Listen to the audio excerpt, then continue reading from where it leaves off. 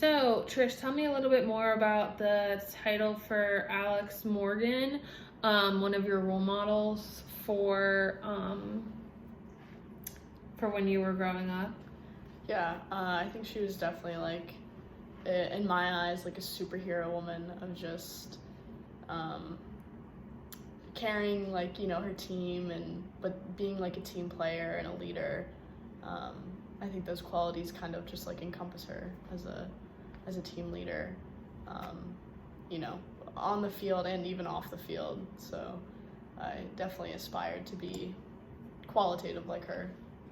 So, what would you say like the title would be then for her? Like a superhero team player. Yeah. Superhero and team player. Yeah. Okay. And then, so like the adjective you would describe her as, like persevering. Yeah. And then for Miss Sinicola, Yeah. she, her adjective, what would you have as her adjective? Just like conscientious, kind-hearted, you know. Okay. Yeah, I also remember you saying she just seemed like very helpful. Yeah, a very helpful person at that age. And then for the last Airbender, what, like in one word, how would you describe like an adjective? Ambitious. Ambitious. Yeah. Okay.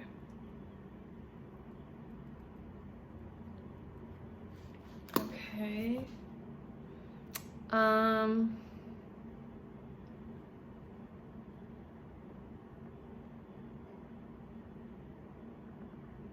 And with yourself, would you describe yourself as those adjectives?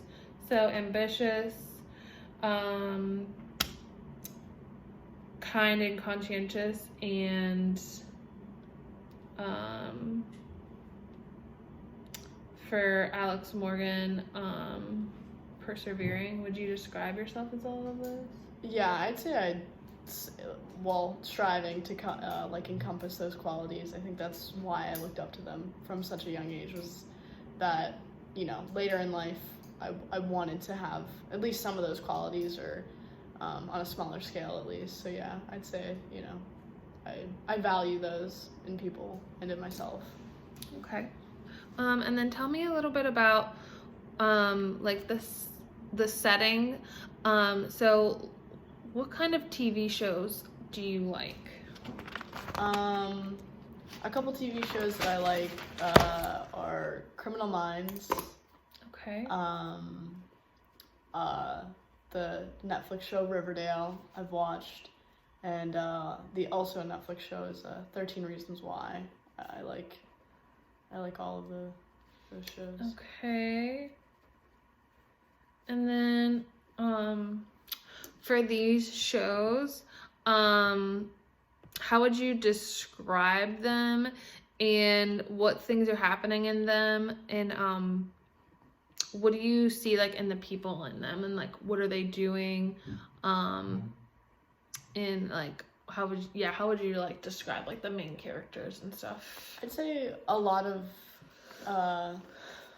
those three shows, a lot of the characters, they come together, they work in a team unit to overcome problems, whether that's in Criminal Minds of, you know, finding the serial killer, identifying his personality and the persona that they create in order to find the person quicker, or like in Riverdale, the how the high schoolers, you know, as intricate and far-fetched the plot is, how they overcome these problems that they face, and as the friend group that they go about solving it. And in 13 Reasons Why, you know, addressing like the teen suicide, but how that affects, and how each of the characters, but how those characters kind of play off of one another in in counseling one another, like through Hannah Baker's suicide and the problems that arise afterwards, and the commotion that is caused, how they work through that turmoil. So what I'm saying is these shows that you're watching is a lot about coming together and Problem solving, addressing problems and really diving into stuff. Now tell me about Riverdale. Riverdale is like a group of high school teens, and each season it's like a different problem that they face, but do you see yourself like in that, like as a main character? Yeah, I can see myself in like my friend group almost in a similar way. Okay. Obviously not as far-fetched as the plot is, but like right. On the, the comical side of how they kind of are playful and stuff, but they still come together and they work out their problems. Okay. And then for Criminal Minds, what do you like most about that movie? Please. Or show, I'm sorry. I think I like a lot about it is it takes all of these different individuals, each of the characters, the main characters that are in it, all have their own abilities and strengths and how they use them, whether it's like Garcia on the technical side, Spencer Reid with his just like abundance of knowledge, or Hotchner with his like leadership, and how all of these characters like come together with all of their strengths and build a script of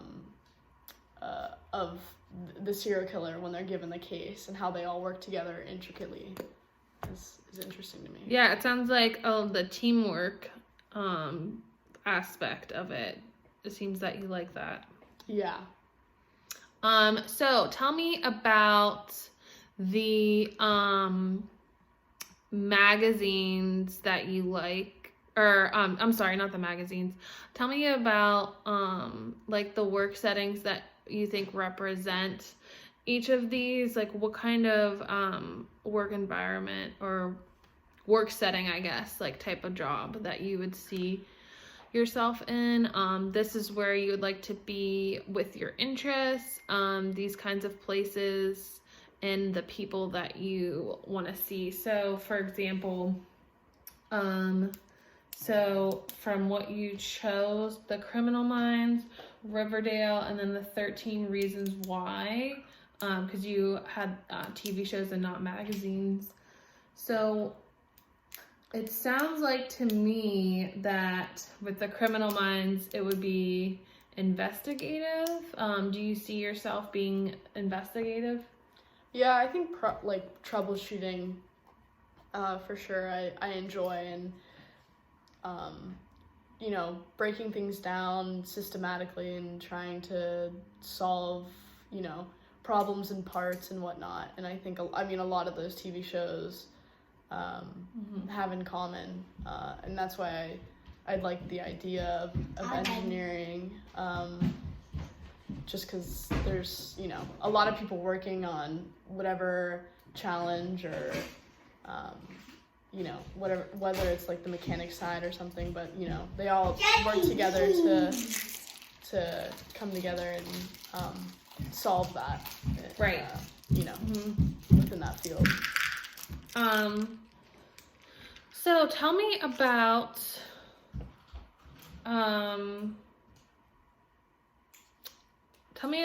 your favorite story from a book or a movie, and then the plot of the movie, and then like the main character. So tell me a little bit about your favorite book or story or movie. I recently read a book on titled like Many Minds, Many Masters, and the story kind of is about this well-versed psychiatrist who graduated from Harvard and was like ahead of his field, and worked at another university, and really believed in the scientific method and of like factual scientific psychiatry. And he comes across this patient who she has a lot of just odd anxieties and fears that are like very like it affects her like day-to-day life traumatically, of her like just like wanting to like stay in her closet and stuff like that, like to an extreme. And so he puts her under like a routine hypnosis that he does with many patients to uncover like past suppressed childhood memories. And she does come across those, but through like sessions later on, she kind of exposes like past lives from different eras, and is very detailed, and he kind of is shocked and doesn't know what to do with this information, because he never really believed in past lives or reincarnation or things other than that's been proved factually by science on to treat mental illness or anxieties and fears. And it kind of just goes into that of how he's changed, and he his like goal is to educate people on past lives and the intricacies that come along with that. And it was just interesting because it challenged him. It was like something new for him, and it like opened his eyes and was like, I don't know, it was a good book. Do you see yourself as the main character in ways? Yeah, I'd see myself more as like the psychiatrist. Yeah, I'd say. I mean, him and his patient are like both pretty prominent main characters, but I'd see myself more as him. Yeah. Okay. More as him than the other main character? Yeah. So you see yourself as achieving like big goals in life, and being well knowledgeable in your field. Yeah, I think just like with him being challenged by this new way or unknowing, like not well talked about part of psychology, and how people tend to overlook it and they don't really talk too much about it. They kind of reincarnation, it's not proven, so a lot of people don't like to use it, obviously. And I think for him it was just like almost like broadening his mind to new ideas, and not looking down upon things that other people may believe in and stuff. Okay. Well, it sounds like that you picked the book for a reason, and that you see yourself as the main character and solving problems and being,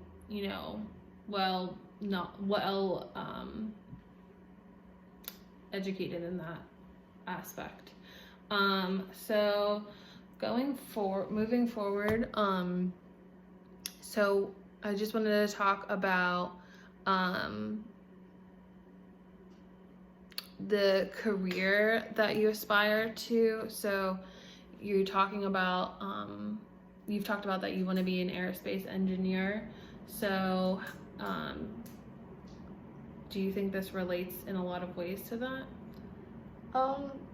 I think or in some ways. Yeah, in some ways. Obviously I'm not going into being a psychologist, but yeah.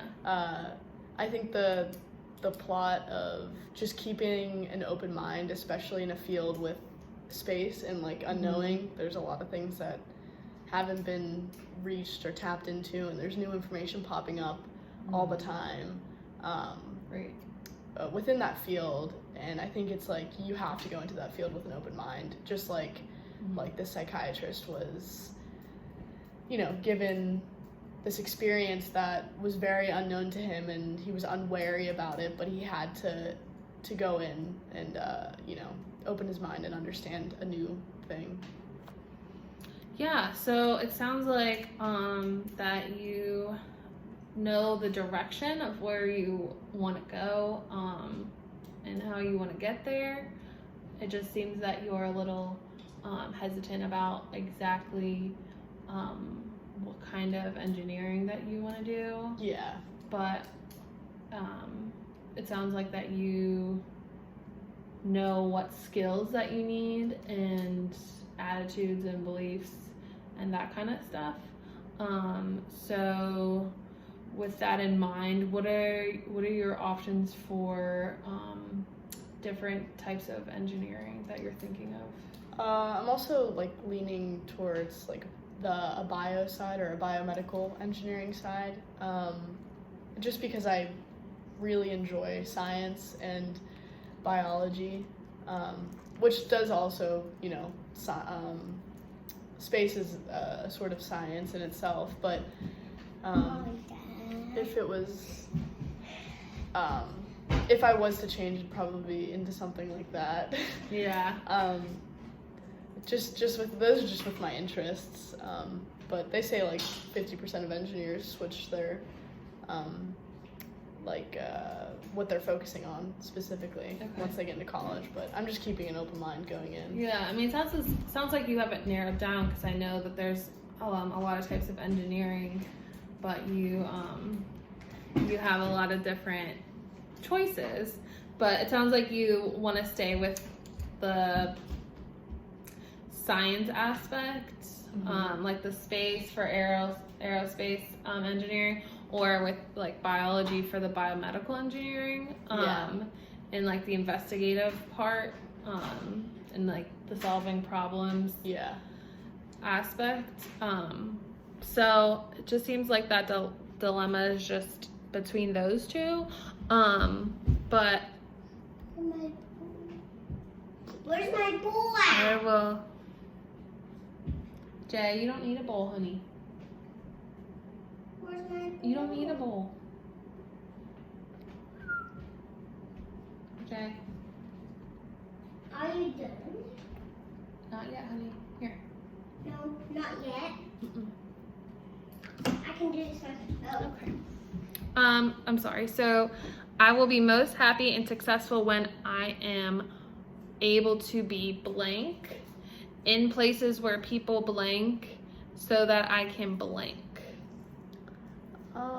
I think I'll be most happy and successful when I'm able to be like fully satisfied in my career, and